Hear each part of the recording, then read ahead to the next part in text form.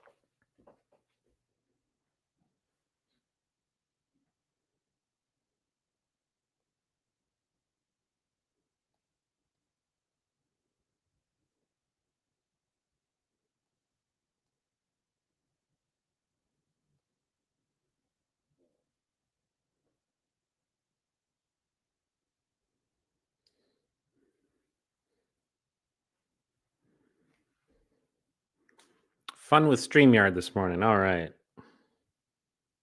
We ready?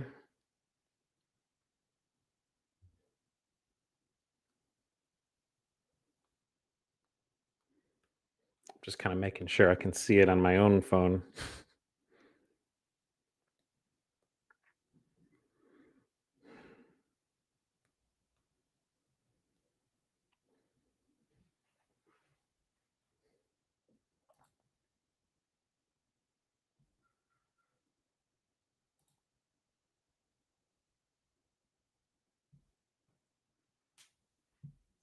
Yeah, okay.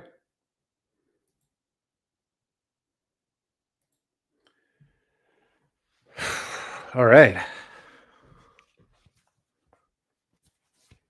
Still getting the hang of StreamYard. Appreciate your patience. Hope everyone's had a great 2025. Been a bit of a busy and crazy credit card year, huh? Yeah, I don't know what plans y'all have for 2026, but thought we could discuss. I mean, the two big things I see that we want to get real comfortable with right out of the gate, right the first of the year, are the annual credits that are resetting on our credit cards. And the other big one is status for those programs that have calendar year status. Some of them are staggered a little bit. Some of the airline ones reset in February or March. Um, and so, yeah, I mean, of course, working on a sign up bonus is kind of the, always going to be the highest value place. But for those of us who have had a high velocity for a very long time, we've probably found that some of the issuers are getting a bit more reluctant to just give us whatever card we want whenever we want it. And so, if that's the case for you, that you have more spend than you have sign up bonuses to always capture it, which I'm getting very close to that. And, looking to kind of ease back on the complexity a tiny bit, working on several different sign up bonuses at the same time, it can be kind of a lot. And so, when we're not working on a sign up bonus, then that's a good chance to look at what are we doing to get the most value for our dollar spent. So a good place to start would be are we team travel or team cashback? Probably most people watching this are team travel, I would presume. So a good place to start would probably be the Capital One Venture or Venture X. If you have either of those cards, that's kind of a good place to put your spend when you don't know where to put it, because you get those 2x miles on all purchases. And if you know how to use your transfer partner as well, then you'll get pretty good value. I actually just made a transfer to Eva Air for a trip to Taiwan that I have later in spring. Now, that said, if I had had enough city points, that would have been better, because Capital One, it only transfers from 4 to 3 is the ratio that you get. And so city's 1 to 1. But there was a flight that was an ideal time and date. So 75,000 EVA Airway miles, and I transferred about 30,000 from City and the rest of it from Capital One. So what would have been about 40 something ended up being 60,000 Capital One Venture miles, which is not ideal. But for me, Capital One is kind of like my backup. If I'm transferring to an airline partner, then I'm going to look at who my options are and probably pick the bank whose points are least likely to give me the super outsized value. In other words, Amex points are more likely to have a transfer bonus. So if I have the option of both of those, all things equal, I'm going to pick the Capital One. In the case of Eva Airways, there's only really 2 major banks that transfer to them, Citi and Capital One. So in this case, I was out of Citibank points, used some of those venture miles. But that's that's not that typical. Capital One usually is not. I don't think there's too many instances where you would pick another one instead of Capital One. Other than that, Yuri's on it. Yuri showed up for 3 minutes to hit the like button. Thanks for dropping in, Yuri. Appreciate you. Wondering if you have any interesting strategy thoughts for 2026. Feel free to leave those. How do we hit the ground running?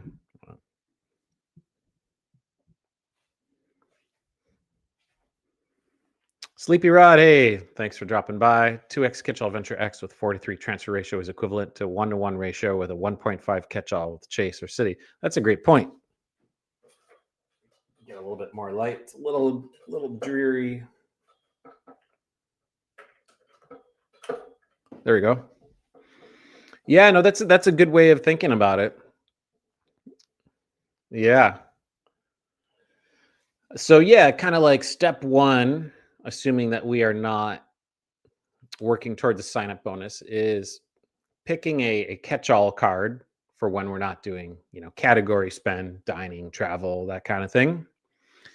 So for me, actually, I'm not going to be going with Venture One or the Venture X, but for me, my first card I'm going to start out with is the World of Hyatt card, because I know that for 2026, I want to hit that 15K threshold so that I can get those 6 elite qualifying nights and a category 1 to 4 free night certificate. Yuri says his next 2 moves: downgrade the Delta Plat to gold once the Delta Stays credit is used, upgrade to Ritz in February because the Capital One Venture X lounge rules, then to be determined. Yeah, good strategy. Ironically, I keep getting nagged by Amex. They want me to upgrade my my Delta Business Gold to a Business Platinum for 30,000 Sky Pesos, which it's okay considering I'm in pop-up jail for new sign-up bonuses, pretty much for new cards across the board. That's kind of a newer thing that's happened. I used to always be able to get any business card. I'm not going to do that yet because I do not have any Delta flights. In fact, I didn't get to fly them at all this year, so I'm sitting on a lot of Delta miles. I had a bunch of flights booked, but coming from San Francisco, there's not always the most convenient options for most routes, and so it just didn't work out. So I'm gonna keep sitting on those Delta miles, and yeah, I have zero need for a more premium card. I do think they're gold. That's a good move to downgrade to the Delta Gold. I've heard Sledge talk about that card a lot, and yeah, I think for those who are not Delta loyalists, that's the probably the best place to start. Mr. Matt Clausen in the building. Thanks for dropping by, sir. Hope you had a good year. Appreciate all your reportage. Am I using that word correctly? Sleepy Rod is applied for the Morgan Stanley Platinum and was offered to 80K sub despite the family rules. That's not bad.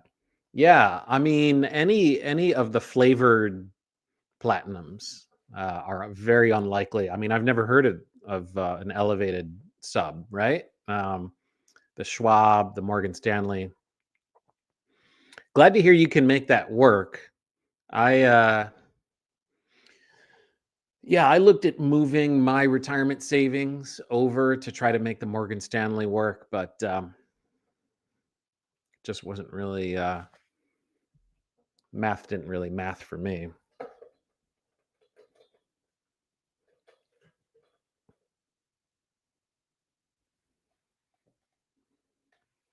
So yeah, I'm going to oh, let's come back to Yuri. So Yuri also mentioned the Ritz card. So I literally just got the Ritz card, and I'm a little bit past the 2 year mark. I had been waiting. I was trying to follow Stan. Stan the Credit Frog. He has the best Marriott strategy, and so I had been patiently waiting. 2 years passed since I got my Chase Bonvoy Boundless card.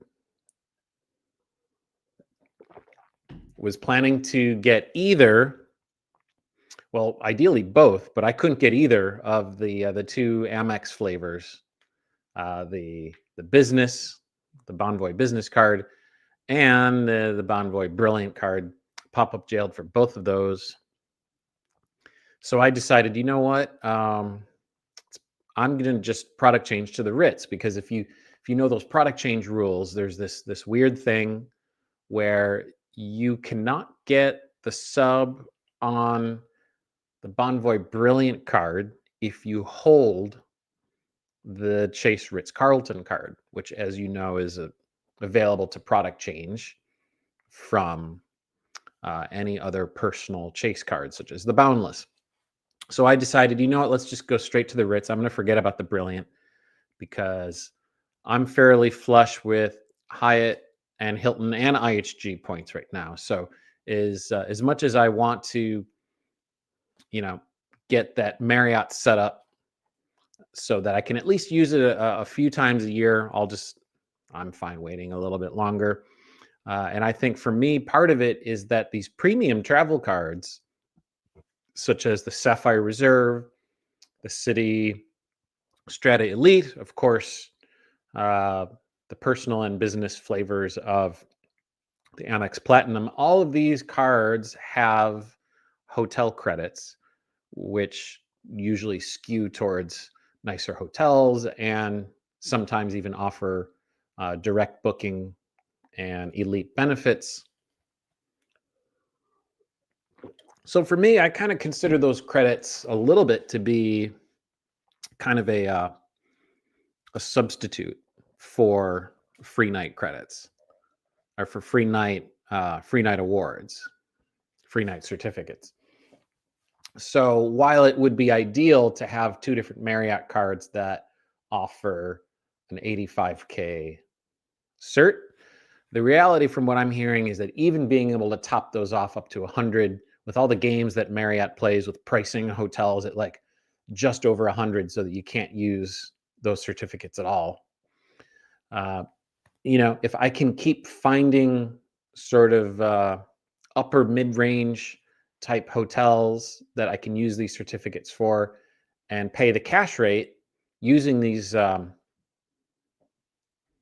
different credits on these premium cards, then in essence, I'm not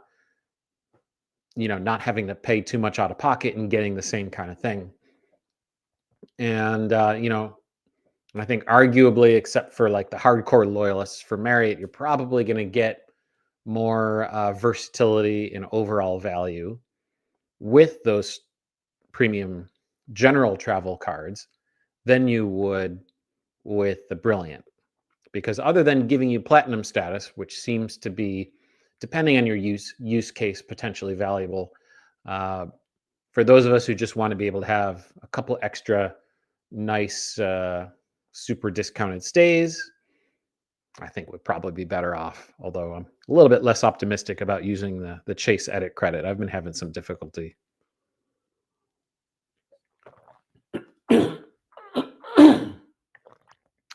Pardon me.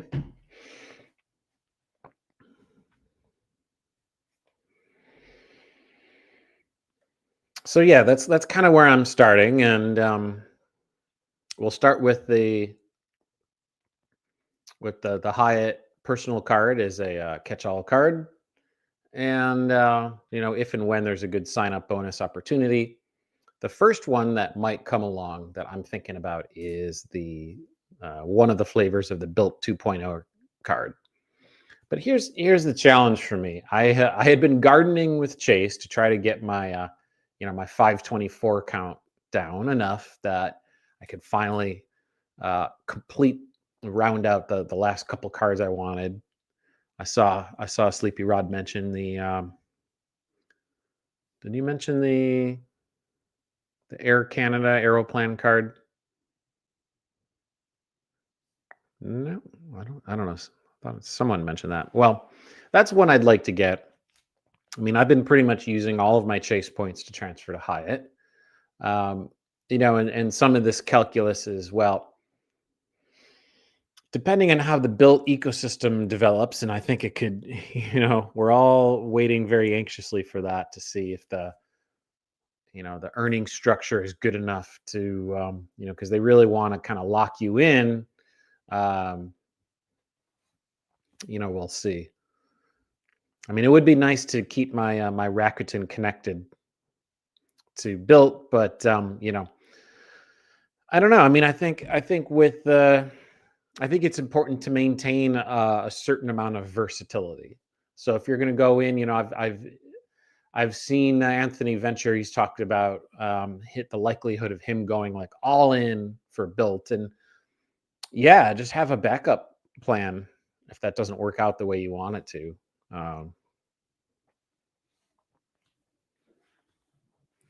Sleepy Rod's asking, how is the Atmos Summit card treating me? He's disappointed that Alaska scaled down its flights out of San Jose and SFO airports. Yeah, I saw that a few routes got canceled. So far so good. I mean, I've been pretty up on the American Airlines system, and there's fewer flights out of here than there are with Alaska. So even with Alaska, kind of, they seem to be doubling down on increasing the routes out of the Pacific Northwest and kind of not competing as much out of California airports, which is disappointing. That hasn't affected me too much yet. I'm keeping a close eye on that. I think for now, I'm still very happy with the card. It's looking good as far as my status ambitions for next year. And thanks to this card, I was able to just hit that first tier of the silver status threshold. So that'll, as I transition towards using my Alaska Atmos number on paid flights and award flights for any one world flights for next year, then at least I'll have some base level of status. Because that's kind of the tricky thing is you cannot status match between AA and Alaska like you used to because they're in the same alliance.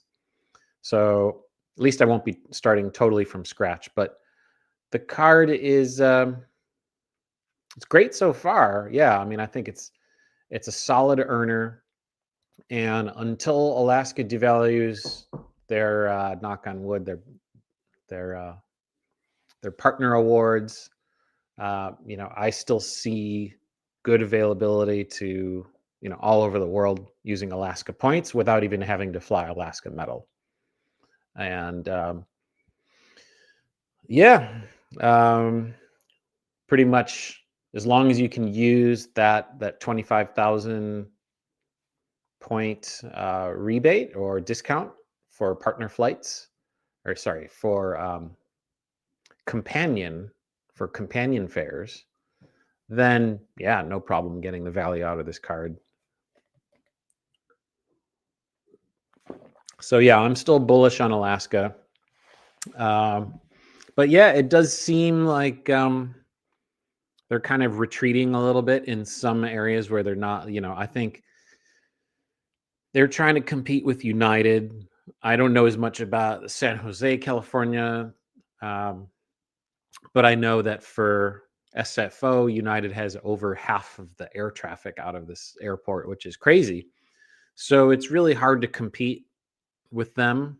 And yeah, I just hope that we continue to have good options servicing the West Coast, especially intro West Coast, because yeah, competition's good.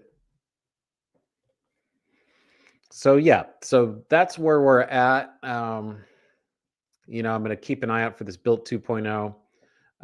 So I was about to be under 524. Well, I was, and I was successfully able to open a United business card in November.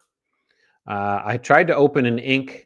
Just over 30 days later, but they said nope, too soon. So sounds like there's kind of a unofficial 90-day policy is kind of the data points I'm getting. So I've got one or two more chase cards I want to get. I'll finally be under 524 again in February. If I get another card, though, that's going to push me out till July. So if I get this built card, then yeah, now I got to wait till July. And if I get another one, now I'm all the way out until November of next year.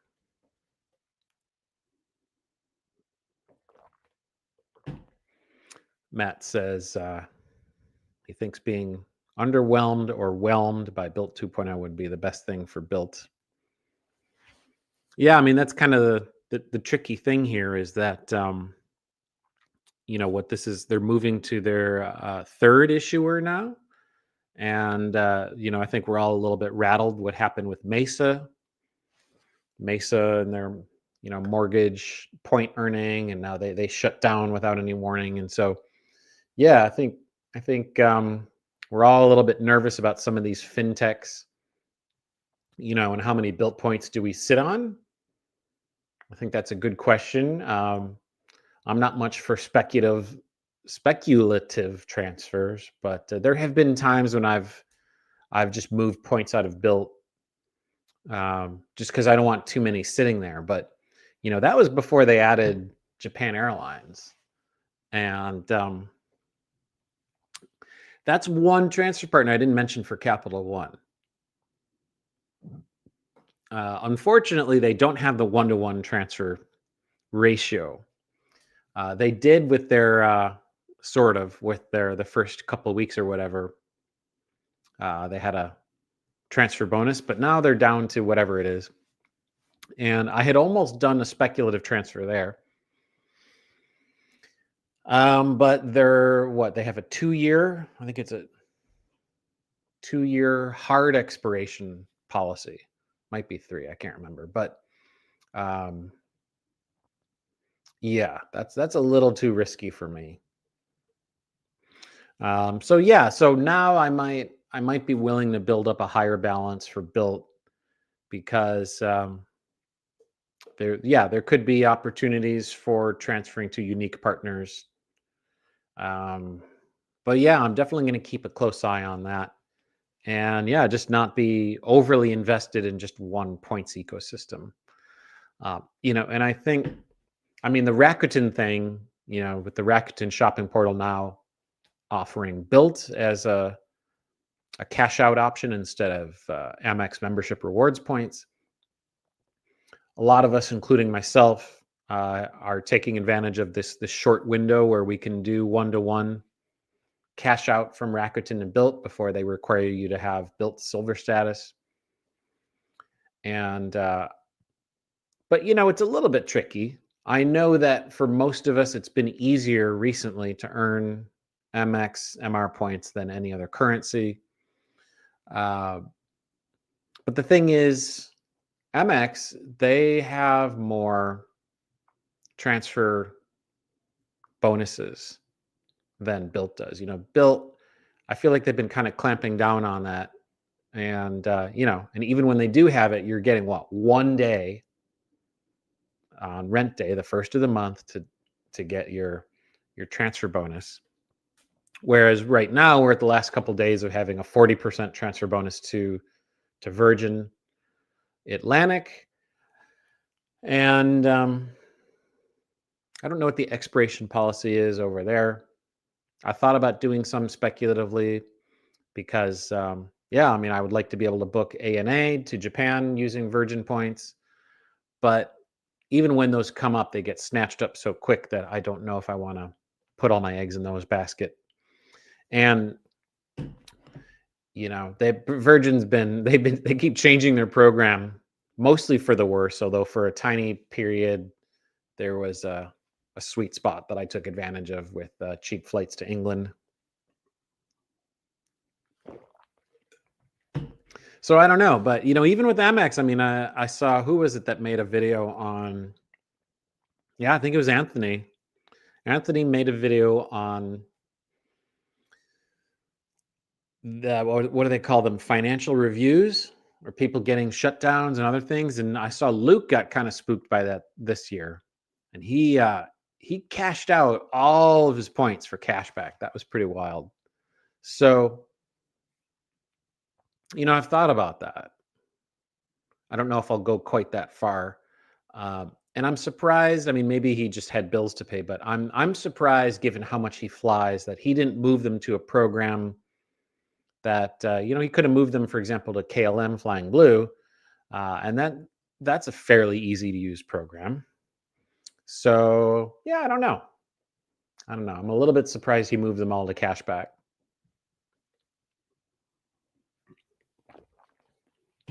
But I do appreciate that, even though it's quote unquote safer to leave our points with the bank than to transfer them to an airline partner. It's points are not money in the bank, and they can decide that they don't like you for any reason and freeze your points. So I don't know. Sleepy Rod says, if Amex reduces the transfer ratio to ANA like they did with Cathay Pacific, I'm piecing out with Amex. So so I got a question for you. Have you used, or you kind of gearing up to use ANA? I feel like I don't know as much about that one. Yeah, I imagine maybe it's a little bit like Japan Airlines, where you're going to find more availability direct than you would through partners. I know that ANA made it a little easier, right? Because they, up until like a year ago, they would not even allow you to buy one-way tickets. So yeah, I'm curious to hear your thoughts on that. And yeah, I mean, that could be another, speaking of speculative, I mean, yeah, I think so. That's something I would like to do for this year. Although I feel like, at least for the first 8 months of this year, I've kind of got my travel calendar pretty much set. There's not going to be much room to fit anything else in there spontaneously, as far as like big trips, international trips. But that's something that we can do. It's always the best thing we can do, is to put as much stuff on our calendar as far out as we can, even if it's not a firm plan. Even if the plan is like, I want to go to Asia in quarter 3 of next year. And here's the countries that here's 3 countries I'm looking at. So if you can do that, and and then you look at, let's say, what the cost would be in miles and points and on certain carriers, and maybe like the likelihood, I don't know, try to figure out like how likely are you going to be able to find something, especially that's not like last minute within the last couple weeks, because that's tough for those of us who who are not retired or work totally for ourselves in such a way that we can afford to spontaneously go away for more than a week or two. Then yeah, it's good to try to plan ahead. And so if we had a sense of what kinds of redemptions that we're looking at, like we knew we wanted to go to Asia, then yeah, I mean, at least like ANA, you don't have to book ANA metal. Same with Cathay. I think the thing that I've learned about Cathay is that it was a little bit more niche. Reading Frequent Miler, they seem to indicate that they're not as worried about the loss of one-to-one to Cathay they're itself because of using that program, but more that it seems like this is the latest trend that might accelerate, is the transfer ratios starting to drop below 1-to-1, which would be very disappointing.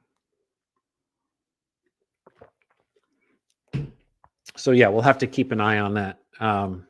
But as far as ANA, I mean, that's a good example because they're the only ones, right? The only ones that transfer to ANA. I don't know. I'm surprised we don't hear more about that because everyone wants to fly ANA's the room, and most people are trying to do it with Virgin points. So, but it seems like you really, yeah. I mean, you got to have your alerts program just right, or I know Anthony had a routine of getting up first thing in the morning and searching every day for availability, trying to beat the alerts, because he was saying, yeah, like sometimes there's a delay between when you get your alert of availability. So yeah, I don't know. Who was I going to transfer to?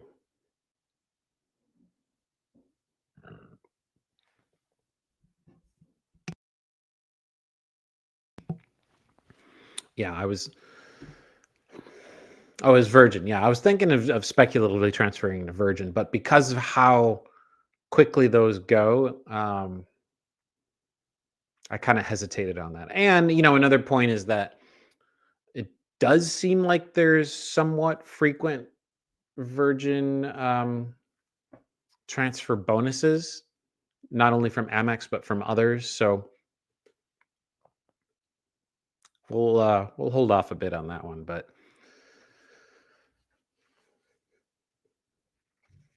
yeah, I really did. I seriously considered doing a speculative Capital One to Japan Airways to JAL uh, when it was close to 1-to-1 for that brief window they had that, because now Built is the only other one that does that, and it'd be cool if I could use my Built points for Hyatt. I would love to find a way to be less dependent on Chase. I feel very pessimistic about the ability to keep regularly earning points at anywhere near the frequency that we've been able to do the last few years. And so if we're going to be more strategic about how we're using our Chase points, then yeah, I mean, I guess that's sort of the first question I have for those of us looking at the transfer partner game here is, if you're not really in the Hyatt game, then do you care as much about Chase points? Because I guess that's my question, when did Chase points really offer superior value or superior availability for good redemptions outside of Hyatt compared to the other banks? And the only one that comes to mind is Air Canada, because they're the only ones that regularly have, really, that I've seen, transfer bonuses. And then you're kind of expected to have the Aeroplan card in order to, I wouldn't even consider really transferring to Air Canada. I mean, there have been times, actually, there have been a couple times when I transferred to Air Canada and I did it from Amex, even though Chase had a 20% transfer bonus. Like, that's how dependent on Chase I am right now for Hyatt. So, if I had the Aeroplan card and that 20 bumped up to 30, is that right? Then I might consider that. And especially if I felt like I had built, the built points earning scheme kind of a bit more dialed in. So yeah, I will be very closely watching what happens with Built 2.0. I think it's going to be a mixed bag. I really do. I think that, yeah, like to Matt's point, everyone's kind of wanting Built to be able to succeed, and so they can't give away the farm, you know. But at the same time, they can't make it so that there's so much opportunity cost. If they can't even, for example, meet Chase, right? Because like, here's the thing: like we've been this excited about Built when you still only have 1x catch-all, right?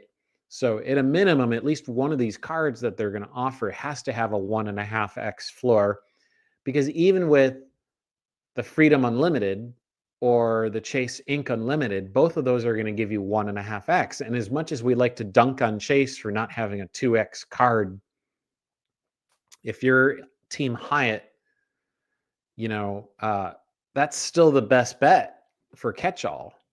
Although arguably the World of Hyatt card, even at 1x, is still going to give you more than 1.5x value because of the elite earning, because of that free night credit, at least up to 15K. Above 15K, I don't know. At that point, you probably want to look at the Chase Hyatt business card. But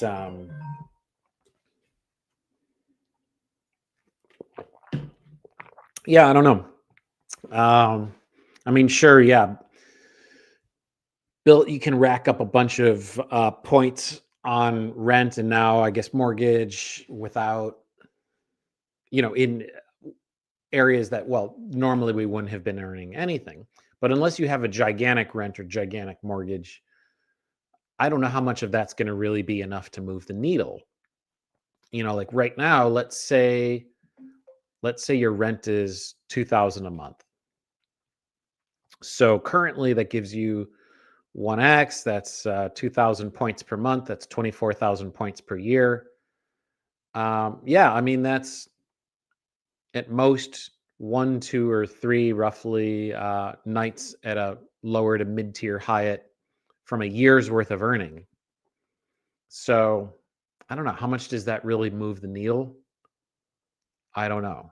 I think it's worked for me up till now because it's a supplement, right? I don't really use the Built card that much. And in fact, now that I've been in the Alaska system and planning, especially with the Summit card, the Alaska Summit card gives you accelerated status points. And so, yeah, for next year, I'm expecting to do use my Alaska Summit card through Built, and that's 3x instead of 1x. I mean, yeah, you got to pay the 3%, but actually it's 3.3, because all you got to do is have a Bank of America checking account. You get that 10% relationship bonus, so that's 3.3x. And on top of that, you're getting 1 status point for every $2. So that's a relatively small price to pay with that 3%. Chad's Money Minutes in the building. Thank you so much for stopping by. Thank you for all of your support to this community. Hope you've had an amazing year. And it was great to meet you in Vegas last year. I know we all missed you at Puerto Rico this year. I don't know if I'm going to make it to Charleston next year. I'm a little bit sad to say, but I am happy to see that there are more spontaneous meetups happening in different parts of the country. I heard Joe talking yesterday about something in Sacramento. I'll have to keep an eye on that. That might be doable for me. Any the chat? Any thoughts on credit card strategy? Beginning of the year credit card strategy. The two big things again for those who just joined us. And by the way, please hit the like button so that more people can participate. The two big things for 2026, starting right off the bat. One, all your calendar year credits are going to renew. So that's the big one. And then the second one is resetting the status calendar for most programs. So kind of planning things out, looking at our travel for the year, planning out redemptions, planning out when to use credits. It's a complex mix. I've got a 2-week trip to Taiwan coming up. And so I'm already kind of doing a mix between using FHR credits, using free night certificates, using points, using the City Strata Elite hotel credit, which is actually a discount, which means if I cancel that booking, I will, since it was for this year, I will lose it completely. Now, the thing I don't know will happen is that if I change that reservation, hopefully that will preserve that discount and only charge me the difference if I have to change the date, for example. So that's a little tricky. I used to be much more spontaneous with travels. I wouldn't have to plan too much out. But now, given all this aspirational stuff and everything, yeah, I've had to plan a lot more, and I don't always love that.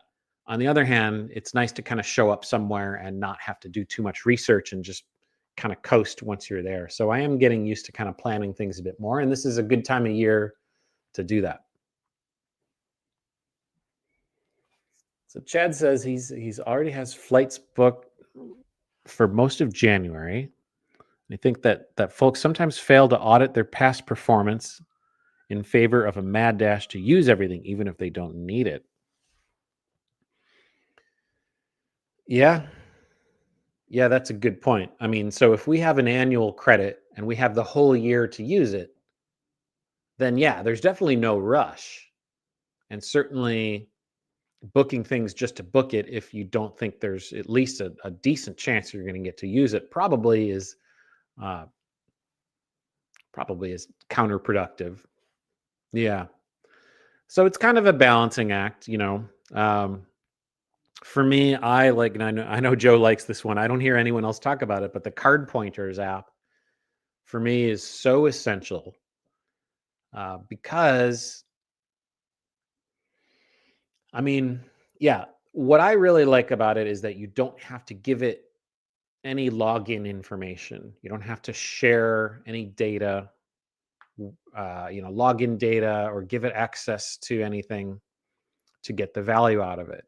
It's just this kind of overlay. So once you're already logged in, it can scrape the offers, the merchant offers, and auto activate them and add them to a searchable database, as well as auto populate what all your cards are. And then, when you make a product change, you can go into Card Pointers, and then all those credits, they're very easily sortable and trackable. And I do a lot of stuff on spreadsheet, but being able to at a glance, especially if I'm out somewhere and I know it's the end of the month like it is right now, and I'm trying to use those last little bits of credits, then Card Pointers is great because then I can see, oh yeah, I still have my Resi credit I got to use. I still have my rideshare credit.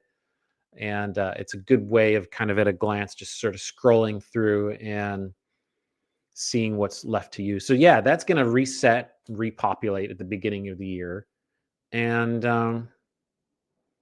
yeah, I think I want to be able to kind of instead of have it just be more work, instead look at it as an opportunity to kind of add some more detail, let's say, to travel plans I already have. Like, I have 10 days in Taiwan, and I have the first 5 days booked out. And so now with these credits resetting, I can look at booking the rest of those 5 days.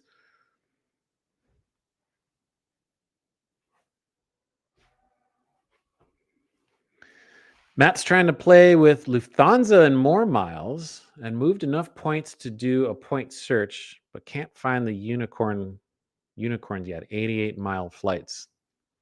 Oh yeah. Rove, yeah, Rove miles, right? Yeah, Rove is not getting enough love yet. We're all talking about Built, but Rove is kind of quickly sneaking up on them.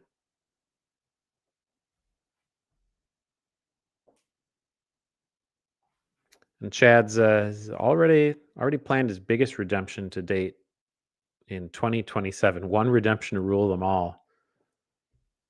Cool. Wow. I'm glad you were able to book out that far. Yeah, Matt moved 2,000 miles from Rove. That's cool. Yeah, I want to keep.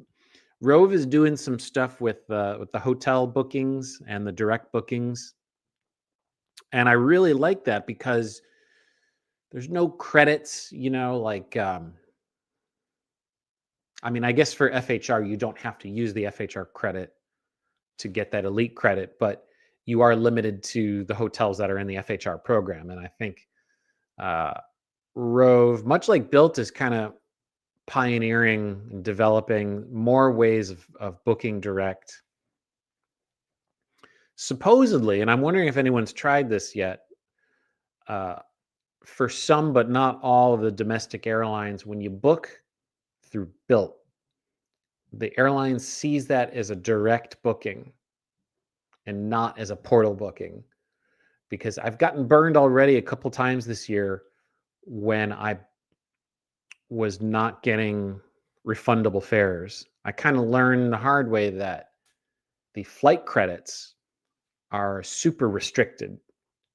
It's not like when you cancel a non-refundable fare and you have a 1-year sort of flexible flight credit that you can use for anything. You're only allowed to use that for that specific route. So I'm glad to see more options for the portal. I'm glad to see Rove competing with Built a bit. Chad, is there anything you wanted to, any specifics you wanted to divulge yet on your one redemption to rule them all? Sleepy Rod's considering using his Atmos card for rent as well, but he wants to hit Built silver status for the 1-to-1 through Rakuten. Yeah, that's true. Yeah, because the Built points, at least they count towards status, but not the spend. So I guess I'm wondering who the Built status via points or via spend. Which is more accessible for more people? Because that's kind of the one downside of using your Built card for rent or now mortgage, is the points you earn will count towards the status threshold, but not the spend.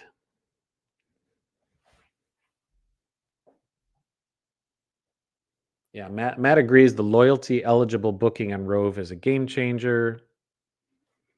Built bookings are supposedly cash bookings, but he hasn't done it.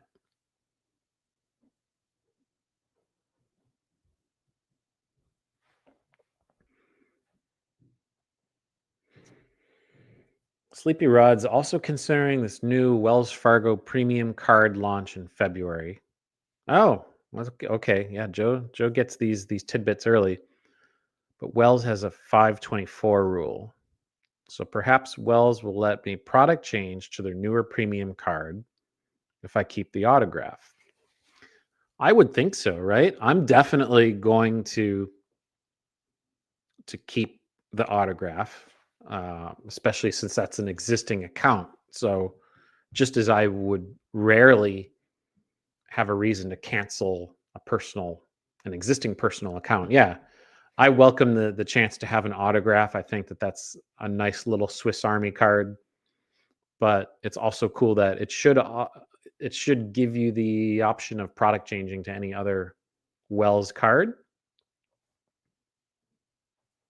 Matt's not as confident about the February launch date. He was sure, and now he's not. The new info today is cloudy. Yeah, well, regardless of what they do, I think that having, much like I was saying earlier, that having Capital One venture miles are a useful supplement when you so you can have a choice and select them instead of using more valuable points with other issuers. I think that much the same way Wells, even with their very limited set of transfer partners, can fulfill that same function. And I'm looking forward to unlocking. I have the Wells Signify business card, and there was a 600. Is that right? $600 sub. I left those as points in Wells, and so now I'm looking forward to when I get this autograph card.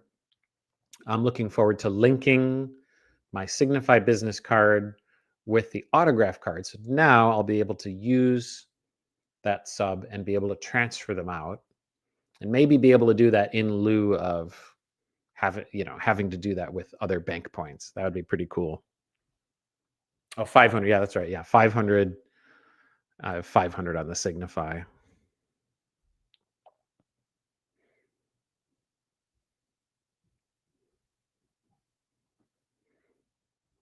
That says he heard about the new cards, but what I've heard today is rough. Waiting for more.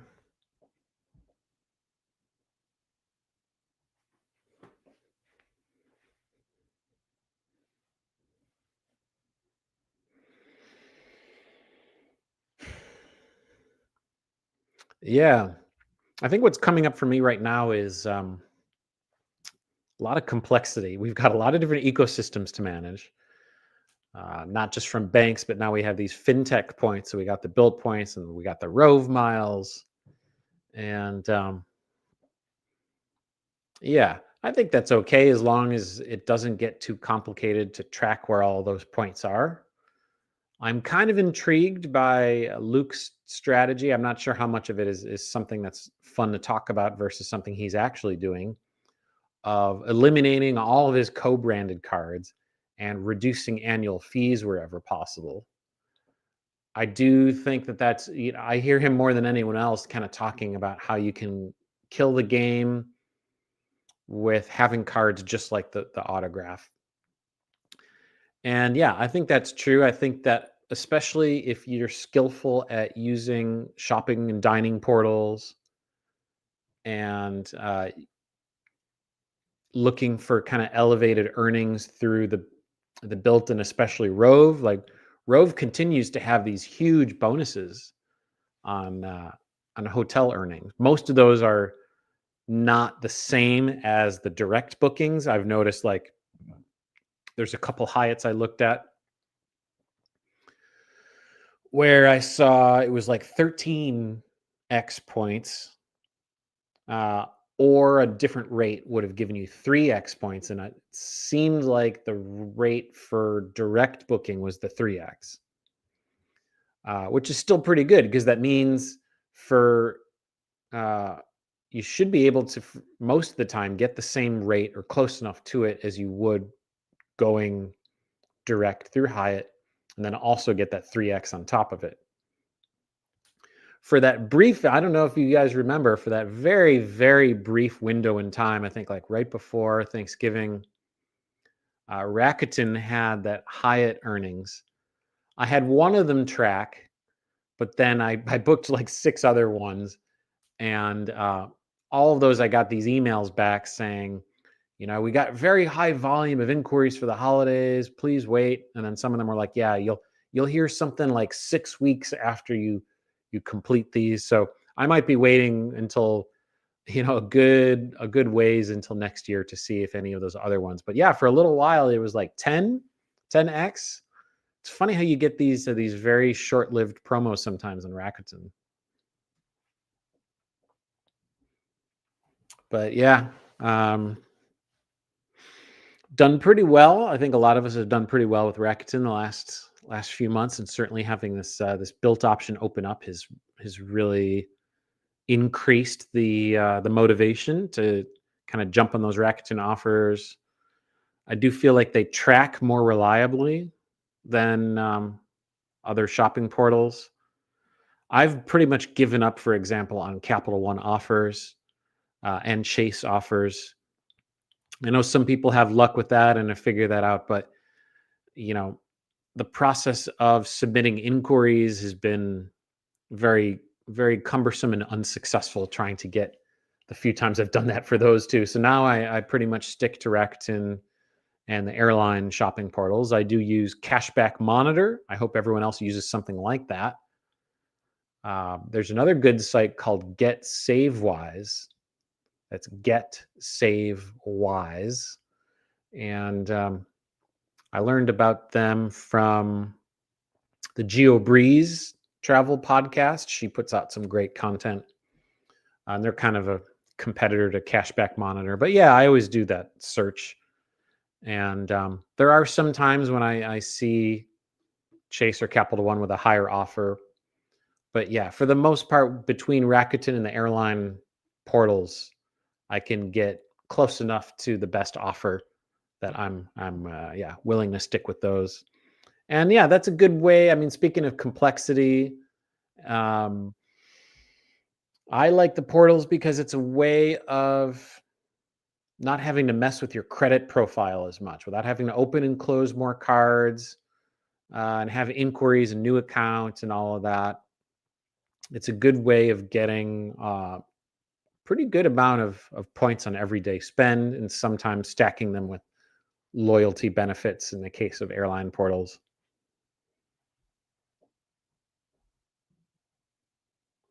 Yeah, Matt says for the Rove that the loyalty eligible is capped at 5x unless there's a promo, but it passes through to your cards and it has the hotel as the merchant of records, so you get your cards travel multiplier credits. Yeah, cool.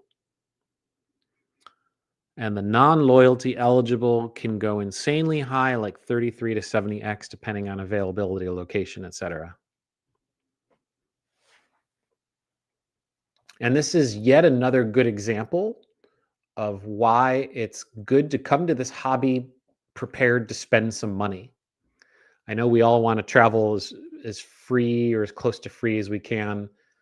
And even frequent miler, it's funny because they talk a lot about, and something, I have a question for them I'm going to have to ask. So Greg in particular, I know that he stays at Marriott's a lot, but he also said that he rarely pays for hotels with cash. But for anyone who knows anything about Marriott, and I'm far from the expert here, so feel free to school me if I'm missing something. For Marriott, for most properties except for aspirational, kind of similar to Hilton, but at least Hilton you can generate large amount of points more easily, and the free night certs are uncapped, unlike Marriott. For Marriott, I don't see how you can stay at a large number of Marriott's and not do any cash bookings because you can't earn points fast enough to be able to do that, uh, or to do that in a way that's not going to give you like terrible value, transferring in from Amex or whoever or Chase. So I want to ask Greg, how are you staying at so many Marriotts on points? That's what I want to know. Um, you can see what I'm getting at here, right? I think it's important to be able to, especially if you do domestic travel. I still do a lot more domestic travel than international travel. And it's not as exciting, it's not as sexy as far as at least the products and the redemption quality that's available to us. And so if you unless you're just absolutely you're a point generating beast, you're probably like me going to want to be kind of judicious and use your points for at least good or acceptable, whatever you define that level as acceptable for yourself. And so you got to come prepared, willing to spend cash. Now you can kind of do something like what Dugras does. I mean, he's a little bit more budget oriented, but he uses a cashback strategy. Both I know directly with the pay yourself back with the Chase Aeroplan card, but even less indirectly or more indirectly, just earning, using some more cashback cards. I mean, I was doing that with the US Bank Altitude Reserve, and now that's gone. I will say that if you're willing to look at, for example, US Bank, their business cards often have some of the highest cashback subs and are some of the most churnable. So, somewhat often in the last couple of years, I've had different US Bank business cards in the mix. And yeah, I think if I were a little bit more organized, I would have like, let's say, a dedicated bank account where all of my cash back went into that account. And that way I was able to like have that pool of money specifically for travel and try to use that for travel expenses whenever possible and have a little bit more of that, at least that satisfaction of seeing and knowing that I'm using bonus cash in order to pay for travel. But yeah, the Rove portal is a great example of that. Yeah, if I could find something that I can actually stay at for 30 to 70x, I mean, yeah, you better believe that I'm gonna try to do that.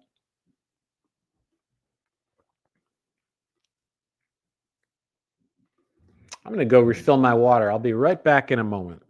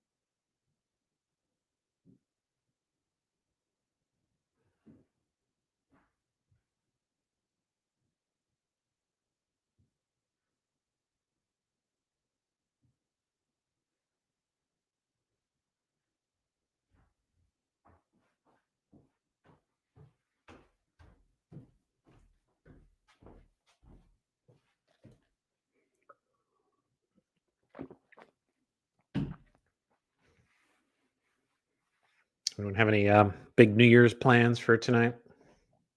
Not much of a New Year's celebrator. Speaking of saving money, it seems like a great way to waste money. Hate to be the Grinch on that, but I don't know. Good night to have I don't know, small gathering with friends. That's something that I would gonna try to do.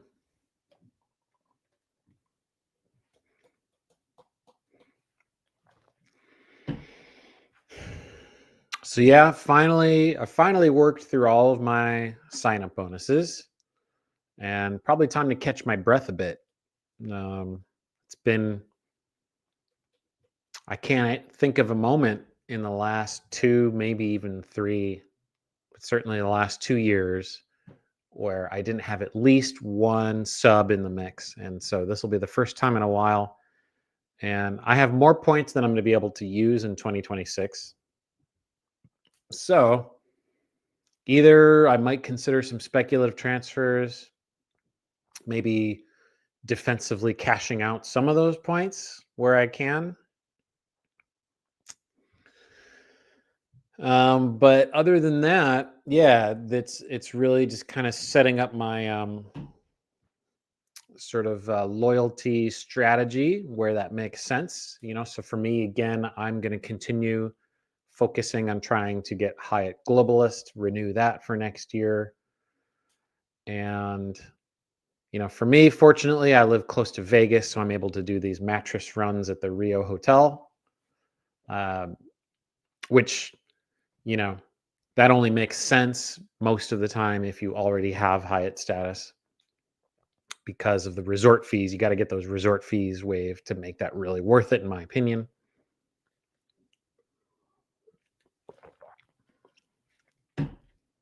And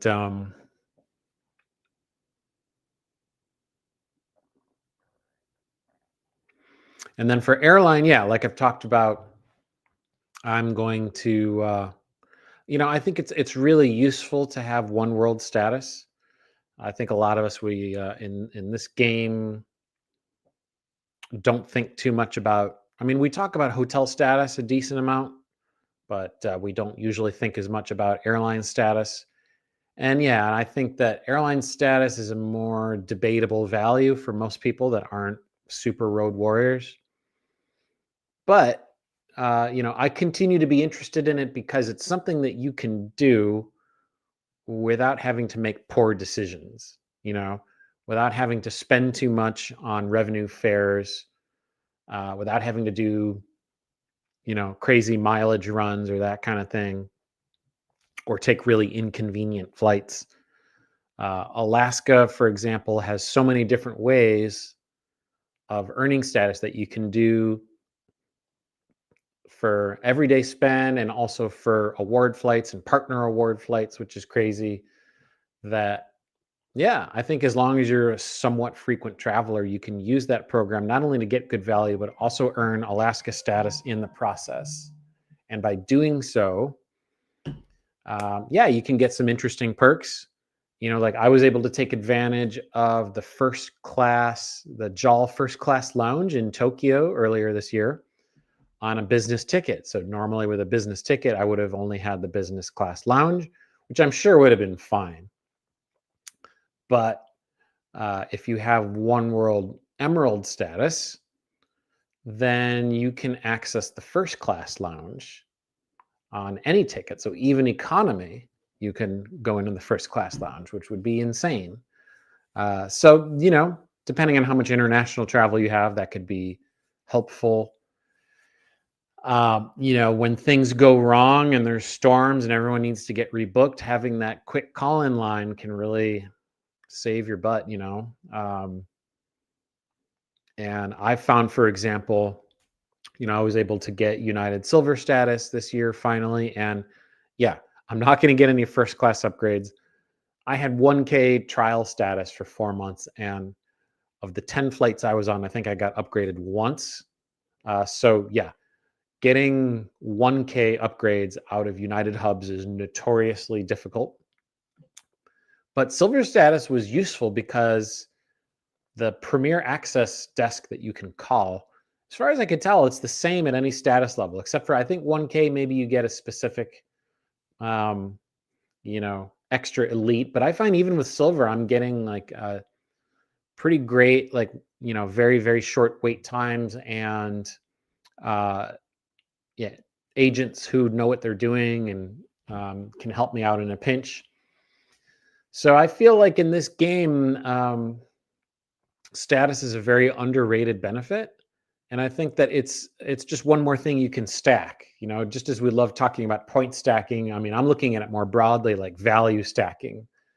And so if you can do that through just a few little tweaks as far as what your lineup of credit cards is, where you put some of your catch-all spending, and maybe a few flights spending a little bit more on them than you would otherwise. I will admit there have been times, for example, I've chosen a United flight when I could have picked a Southwest flight that was a little bit less But with all the changes that Southwest has been making, that's been an easy choice. I flew them very, very little this year after 2 years, the previous 2 years of flying them a ton. So, yeah, um, we all know what happened with Southwest. What do we got? Matt's doing his monthly end of the month work project. Cool. Yeah, whatever keeps you from procrastinating. I'm a little bit too prone to that myself. Rod wants to know what line of work I'm in. I'll just leave it. It's like, yeah, typical office work. Nothing, nothing too exciting, but trying to keep that world kind of separate from this world. Stacy's travel points. Hello and happy New Year from chilly Northeast Ohio. I'm from Buffalo, New York originally, so I feel your pain. I feel your pain. Yeah, although we've had yeah, and San Francisco, I think we've had our rainiest and coldest December in the last 100 years. Sleepy Rods respects that he lives in Silicon Valley and works in the tech world. Yeah, that makes sense to do that here.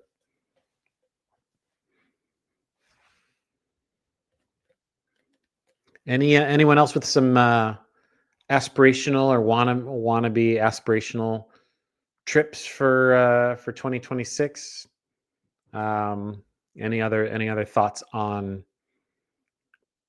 planning our strategy for credit cards or for loyalty? Hit it, starting the year on the right foot. Because I do think that there's a bit of an opportunity at the beginning of the year. Sure, some of that is just the resetting of the credits and the loyalty counters, but um, it's I think as far as the availability and cost, I know that it's frequently less expensive uh, to book flights, maybe hotels, certainly. So that's something to look at. I think that and I think that the travel slows down for a lot of us in winter, and so this is a good time to do some planning.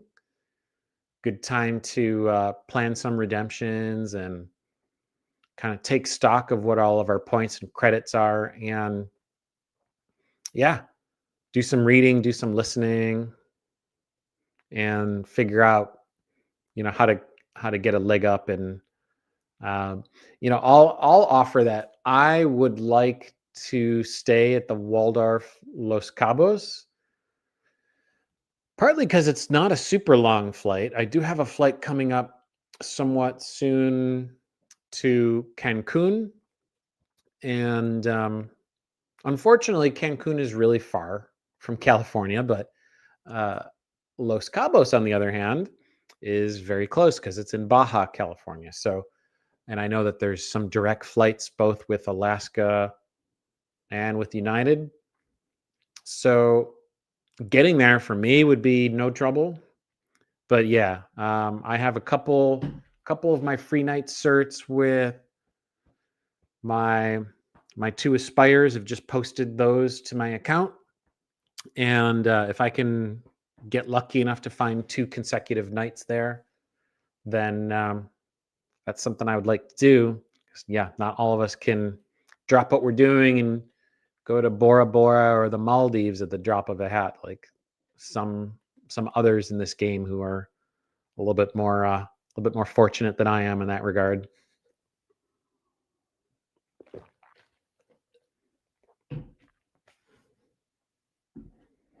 Stacy, are you doing any snowbirding this season? Any trips anywhere warmer?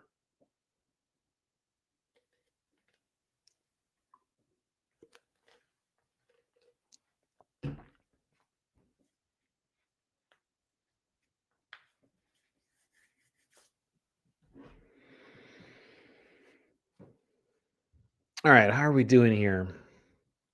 We got 9 folks. I don't know what the like count is, but again, would really super appreciate smashing that like button and consider subscribing if you haven't yet. And yeah, I think we'll start getting ready to wrap up in a few minutes here. This was a bit spontaneous. Only planned this a couple days ago, and yeah, I think I've had a lot going on. It's been a little bit tricky to release videos at the pace that I know would help this channel grow. YouTube really penalizes you if you don't drop a video every week. Yeah, I mean, I know I could force myself to do that if I really wanted to, but I think it's important for me that this doesn't really feel like a second job because I mean, I'm already so dedicated to this hobby that it kind of already whether I wanted to be or not, it is a little bit like a second job just because I'm so in this game and uh the YouTube it's an extension of that and it's a way for me of continuing to build community and talk about these subjects that I know are way beyond the level of detail than anyone I know in real life really wants to talk about. So I've been grateful for that, and yeah, paying for the StreamYard subscription. So if y'all have any general requests on days and times, I mean, I know that it's usually good to have a regular time. I don't know if I'm going to be able to commit to that anytime soon. I think right now I kind of have to just fit them in when they'll work. And then, there's also ideally trying to schedule them for when they don't overlap with someone else's live stream. And that's not always that easy to do because I don't really have everyone's sort of calendars memorized. I know some of us, like Sledge, always goes on Mondays and et cetera. So, um, but yeah, I really wish that YouTube would add like a calendar function.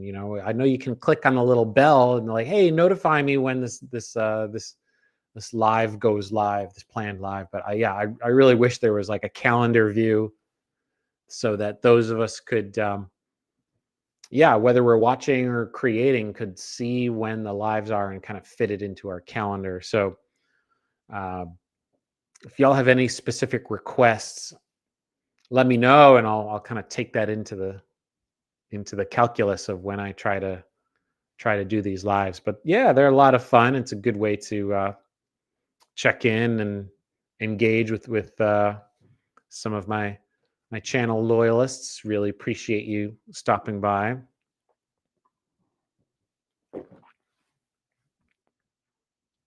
Yeah, Stacy's using that bell to be notified of the lives. She seems to miss them all. And that reminds me, I think that I've heard this feedback. Most important thing is to schedule it far enough in advance that people have the chance to do that. Uh, because I've had to be somewhat more spontaneous, I know that I'm not giving as much notice for those who would like to stop by these lives. So I will certainly endeavor to do that. And yeah, I think we'll start wrapping up here. On that note, I really appreciate everyone who is watching or is checking out the replay. Hope you had a great year. Hope you have an even better 2026. And yeah, I think there's a lot to be grateful for right now. And in this game, I've been able to have some incredible experiences and meet some amazing people that I never would have. And who'd have thought? When I first got that Sapphire Reserve 10 years ago, that it would lead to all this. So um, yeah, it's a crazy, interesting world in the travel points and miles game, and it's a lot of fun and it's fulfilling and meeting some great people. And this channel has been a fun project. It's a bit challenging and frustrating sometimes, but you know, we'll see. Oh, Yuri's suggesting taking Stan the Credit Frog's time slot. He's on sabbatical. Hmm. Not a bad idea. He is another fellow West Coaster. So yeah, thanks so much again. One last reminder, please hit that like button. And I'll see you all in the new year. Let's all take care of each other. Much gratitude and much appreciation for stopping by. Thank you for commenting. Thank you for continuing to support me over these last couple years as we slowly but surely build this channel up. And yeah, thanks Stacy for the good luck wishes. And oh, you're just getting started with YouTube. Yeah. Cool. Right on. Yeah, let's find me on the Discords and come chat with me there and continue the conversation. I've been posting a lot lately, especially on the Venture Discord, and just dropped in the I've been on Matt's Discord. I've just yesterday dropped on Joe Barretto's Discord. So come find me on the Discords and yeah, let me know what you're working on and keep in touch. All right. Ciao for now.